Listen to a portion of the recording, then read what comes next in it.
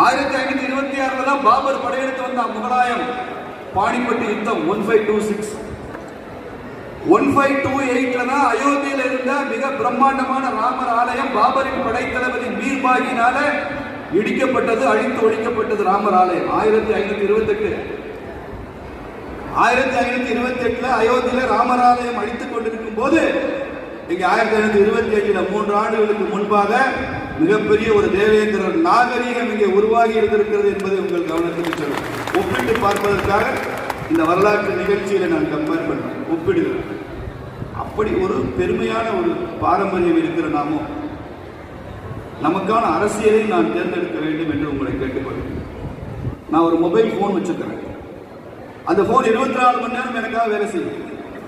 ஏன் போன் மாத்திரம் இல்லை, உங்க போன் உங்களுக்காக 24 மணி நேரம். ராத்திரி 1 மணிக்கு நீங்க ஒரு வாட்ஸ்அப் அனுப்பிச்சீங்கன்னா செய்தி போகுமா போகாதா? போகும்.